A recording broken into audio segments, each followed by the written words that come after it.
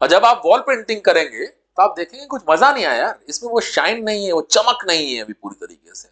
लेकिन 2-3 दिन बाद आप देखते हो कि अचानक उसी दीवार में से एक चमक आनी शुरू हो जाती है। ऐसा क्या होता है साहब?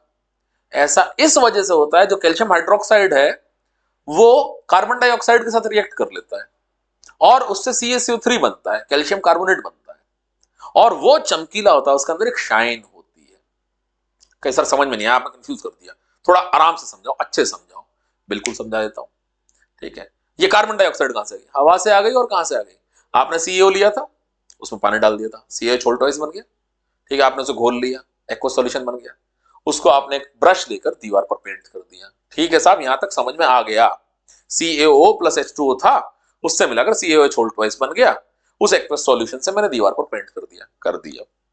अब जो एयर है उसमें बहुत सारी गैसेस होती हैं, उसमें ऑक्सीजन भी होती है, उसमें नाइट्रोजन भी होती है, उसमें कार्बन डाइऑक्साइड भी होती है, उसमें मीथेन भी होती है, उसमें दुनिया जहान की बहुत सारी गैसेस होती हैं। हाँ सर, उसी हवा में, उसी एयर में जो प्रेजेंट CO2 थी, उस CO2 के साथ इस CaO टॉइस ने, कैल्शियम हाइड्रोक्साइड ने रिएक्शन कर लिया।